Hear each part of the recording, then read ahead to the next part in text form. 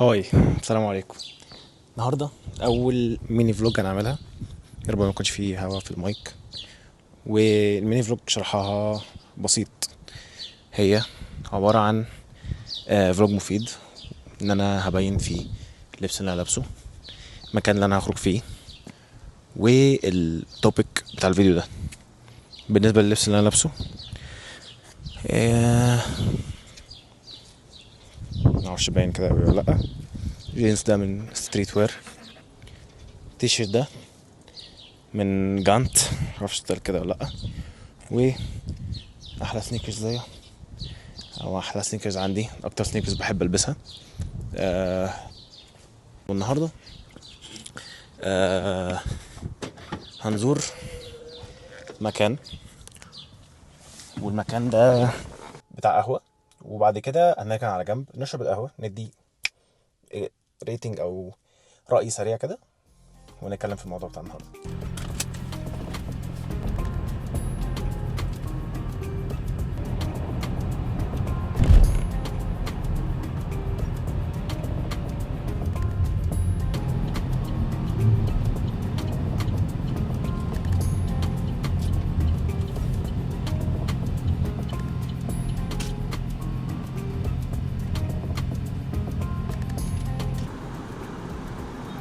مساء الخير. مساء النور. اتفضل. ممكن واحد بيستاشيو لاتيه. توتال لايز. ايس. كيوبس ولا بيض؟ كيوبز. في حاجة تانية؟ لا. شكرا. 9 to 9 تقريبا توب ايه 5 او توب 10 في التجمع.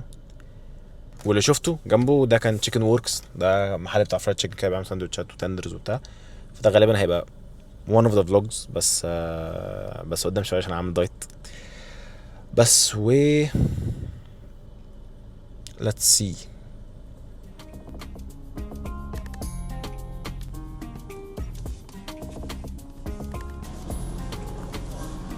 شكرا شكرا.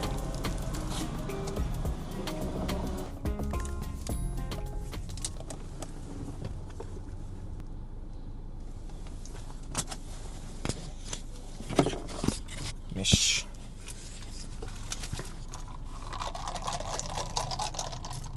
نايترون بيستاشيو من اللي انا سمعته من الناس. يعني انا بالنسبه لي كان كوفي كلتشر الوحيد اللي بيعمله ده، هيبقى probably ميني فلوج الجايه او اللي بعدها، عشان كوفي كلتشر يعتبر ماي فيفورت لحد دلوقتي. ف من اللي انا عرفته يعني ان اسمه ايه، براون نوز تقريبا، ده اللي هو في 5A، بيعمل بيستاشيو لاتيه حلو قوي برضه. بس انا عمري ما جربته، هيبقى في ميني فلوج تانية برضه ليه. وقهوته عامه اصلا براون نوز حلوه في كل حاجه.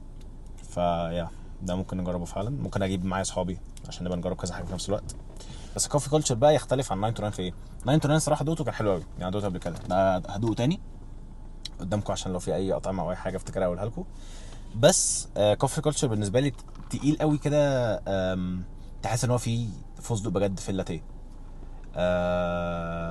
فدي بالنسبه لي حاجه حلوه. ممكن بالنسبه لك تكونش حاجه واحده، تكون حاجه مش لذيذه. واي حد ما بيحبش السكر الزياده عامه، هو مش بيجزع، بس اي حاجه، اي حد ما بيحبش السكر الزياده ده not a good option قوي يعني. بصراحه حلو قوي بصراحه. بسم الله.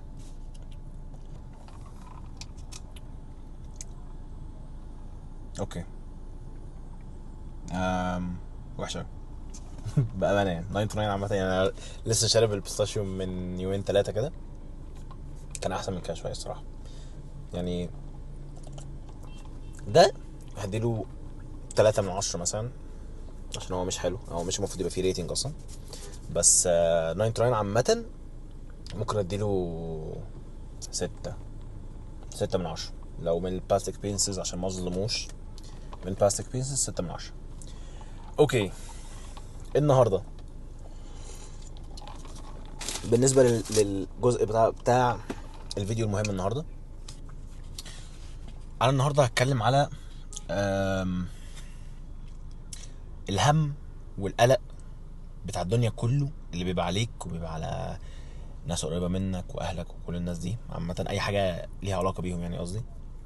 واي حاجه ليها علاقه بالدنيا عامه، القلق والهم اللي بيبقى عليك قصدي.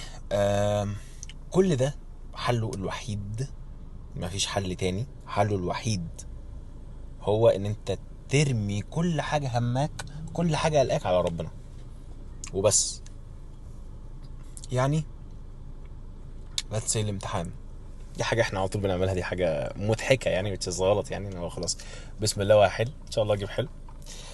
بس let's say الامتحان اكتر حاجه ممكن تكون معروفه يعني، ان انت مهما ذاكرت ومهما عملت اللي عليك ومهما حصل مليون الف حاجه، انت الامتحان بيجي بجد سبحان الله ممكن يجي في اكتر حاجه في الحاجات الصعبه اللي عليك اللي انت ما ذاكرتهاش، وسبحان الله الدفعه كلها ذاكرتها الا انت استسهلت الحته دي فجت كله فيها.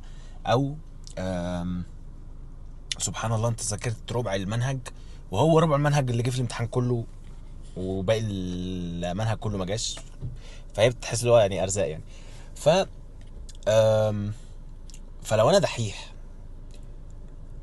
انا مش هبقى شايل هم الامتحان، عشان لو ربنا قرر ان في حاجه نزلت وانا نايم الامتحان كله جه منها وانا سقطت، فاهم؟ فعلا فعلا فعلا لو انا عملت اللي عليا، دي حاجه مش بتشيل من عليك كتير قوي، بتشيل من عليك حزن وهم كبير قوي، ان انت انا كل دوت في الاخر على الارض. لا، هو انت لو في آية بما معناها يعني ان الناس كلها لو اجتمعت ان هي تفيدك وتساعدك، مش هيعرفوا يساعدوك لو ربنا مش كاتب لك المساعدة دي. ولو العالم كله والناس كلها اجتمعوا ان هم يأذوك، مش هيعرفوا يأذوك الا بايه؟ باللي ربنا كاتبه لك واللي ربنا قايل كاتب انه هيحصل لك يعني. فدي حاجة بتشيل من عليك هم وحزن كبير كبير كبير كبير كبير كبير، وبيشيل من عليك بقى اللي هو بما معناه anxiety وبما معناه overthinking وكل الحاجات دي. بيشيل من عليك كل الحاجات دي عشان انت كل همك في الدنيا بقى ان انت تعمل اللي عليك. يعني انت كل همك ان انت تذاكر، الامتحان بقى جه ازاي دي بتاعت ربنا. كل اللي عليك ان انت تسعى، الدنيا بقى مشيت بيك ازاي دي بتاعت ربنا. كل اللي عليك ان انت تبقى بني ادم كويس ذو خلق ودين. مراتك بقى جاتلك منين او ازاي او فين وليه وكل الحاجات دي، ده رزق، دي بتاعت ربنا. حياتك كويسة بتاعت ربنا، حياتك مش كويسة ده اختبار برضو من عند ربنا، كل حاجة اختبار. بس فانت بتبقى لو اديت له كل حاجة حقها في الهم والضيقة، الدنيا بالمعنى الحرفي هتقف. انت هتبقى مش عارف، انت هتبقى بتغرق من كتر الحاجات اللي ممكن تحصل غلط، والحاجات اللي هتحصل بعد ما الحاجات اللي غلط دي هتحصل، كل حاجة هتبقى اهم عليك. فانت لو تعرف بس تبقى قريب من ربنا، لان انت ترميله كل همك، ترميله كل قلقك وتعيش في الدنيا. انا بعمل اللي عليا، انا بعت مليون سيفي للناس، ربنا مش كاتب لي شغل خلاص يعني. يمكن مثلا الشغل اللي كان هيجي لي كان هيبقى اوسخ شغل فيا ويتنصب عليا واخش السجن. who knows، يمكن هيبقى احسن شغل ليا وهمسك فلوس كتير قوي وهخرب وهبوظ عشان لسه ايماني مثلا مش قوي قوي. لا اوكي ماشي. فانت عمرك ما هتعرف اللي ليك واللي عليك واللي هيحصل واللي مش هيحصل، ومهما فكرت ومهما عملت انت مش هتعرف. فبالتالي كله عند ربنا.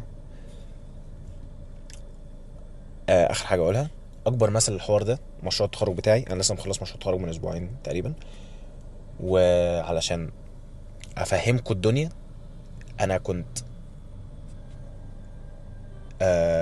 ماشي على كل حاجه الدكتوره كانت قالتها لي، ان انا هي طالبه مني ايه وعايزه مني ايه وانا المفروض اعمل ايه واظبطه ازاي. وكنت لا يعني كنت مظبط الدنيا بقى خالص وماشي براحتي وكل حاجه، لحد ما قبل التسليمه بشهر كده الدكتوره قالت لي انت تجيب درجه وحشه ليه؟ طب انا عملت كل حاجه تقول عليها. لا بس انت متاخر في كذا وكذا وكذا وكذا وكذا، دي حاجات انت كنت المفروض تعرفها من نفسك، which is لا المفروض تقولها لي. فطبعا كانت مصيبه، عشان انا اصلا يعني بحاول اتخرج بالعافيه من غير ما اتاخر يعني. كانت مصيبه بالنسبه لي، وكنت انا اللي هو في شوك يعني. بس الحمد لله قلت لها طب قولي لي انا اعمل ايه وانا هعمله كله. وقعدت 3 اسابيع، وكنت قلت ده في الفيديو اللي فات، 3 اسابيع بتشج قهوه وريد بولز وحاجات، واللي هو بجد يعني ما اشتغلتش على حاجه كده في حياتي. عمري ما كنت 100% حاجه كده. ده وحش قوي بس اشربه يعني حرام. عمري ما كنت 100% حاجه كده يعني. وبعد ما عملت كل اللي عليا وكنت رايح بقى انا مستني الدكتوره تقوم تسقف لي عشان بجد عملت حاجات. انا درست المنهج، انا درست قصدي الميجر بتاعي اللي اخدته في ال3 سنين اللي فاتوا. فلا عملت حاجات بقى بنت لذينه يعني. ف جايه بقول لها ها ايه رايك يا دكتور؟ قشطه يعني. بقول له قشطه يعني، هنشوف. طب انا لا شكرا يا دكتور جدا على تعبك معايا، وشكرا على مش عارفه ايه، ده انا بقى مش عارفه ايه، يا رب اكون بقى الدرجات هتتظبط بقى على كده ومش عارفه ايه. ان شاء الله ان شاء الله. كنت بجد داخل حالة اكتئاب بنت لذينة، كنت شايل هم ابن لذينة. بعد كده ثانية يعني شلته مثلا يوم واحد كده، قلت معلش هو انا مهما عملت لو ربنا عايزني اسقط، مهما انا عملت لو ربنا عايزني اسقط هسقط، ومهما انا ما عملتش لو ربنا مش عايزني اسقط، ومهما الدكتور عملت لو ربنا مش عايزني اسقط مش هسقط. وربنا ايه رب قلوب، هو نوز بقى ربنا هيعمل يقنعها ازاي، او انا الدنيا هتمشي ازاي. لو هنجح لو هسقط اسقط. طيب ولو انا هسيب الدنيا كده لربنا المفروض انا اعمل ايه؟ انا اعمل اللي عليا. طب انا عملت اللي عليا، ده هم بقى تشيله. ده هم بسيط. لا انا هعمل كده وهعمل كده وهعمل كده، والبرزنتيشن المفروض تبقى عامله ازاي، والبيبر المفروض تبقى عامله ازاي، واروح اكلم صحابي واروح اشوف واعمل مش عارفه ايه. عملت اللي عليا. طيب داخل على امل ان انا مش عارف ايه اللي هيحصل. داخل على ان انا متوتر جدا من ان الدكتوره في البرزنتيشن هتمسكني تعلقني. بس برضو داخل بقى لا لوجيكال. محتاجه بتكلم عدل، محتاجه البرزنتيشن تبقى حلوه. بس بقى ايه اللي هيحصل جوه محدش عارف. ممكن تسالني على حاجه تافهه، ممكن في الاخر اصلا ما سالتنيش على حاجه، قالت لي انا تمام. والدكتور التاني اللي انا كنت شايل همه جدا اللي هو هيبهدلني قال لي برزنتيشن تحفه ما شاء الله، وانت برزنتيشن سكيلز حلوه جدا ومش عارف ايه. انا كنت داخل اتهزق. انا كنت بقول لمامتي وبابايا او مامتي يعني، بابايا كان مسافر، كنت بقول لمامتي ما تجيش، انا هروح اتهزق. انا من الدكتور قال لهولي واللي انا شايفه وانا هتهزق. انا مش عارف ليه بس الدنيا مش لذيذه خالص. هي مش عاجبها الباتشلر بتاعي، مش عارف اللي هيحصل. بس وسوقا في ربنا قلت لها خلاص تعالي ان شاء الله دي هتبقى لذيذه وبتاع. وعملت حلوه قوي وجبت درجه حلوه كمان، وانا ما كنتش متوقع خالص ان انا انجح اصلا. فبس فانت مهما لفيت ومهما عملت ومهما سويت ومهما قلقت، اللي هيحصل اللي مكتوب لك. خلي ايمانك قوي عشان لما تبقى حاجه حلوه تعرف يبقى ايمانك قوي في الحاجه الحلوه دي، تعرف تستغلها كويس وتقدر النعمه. لو حاجه وحشه تعرف تستحمل وتعرف تقرب من ربنا وتعرف ايه تحافظ على نفسك وعلى دينك وعلى كل حاجه حواليك ايمانا بربنا. بس فده الفيديو بتاع النهارده. اي هوب ان الميني فلوج دي تبقى لذيذه وتكمل. اي هوب ان مثلا بعد كده براندز تيجي تقول لي تعالى جرب كذا، او تعالى البس كذا، او تعالى نشوف كذا. الميني فلوجز تبقى فاشن وايز واكتيفيتي وايز. يعني احنا مش دايما هناكل او هنشرب، ممكن نروح مكان نشوفه او نستمتع بيه او ايا كان. بس احنا في مصر يعني في معظم الوقت هناكل وهنشرب يعني. بس اشوفك في الفيديو اللي جاي.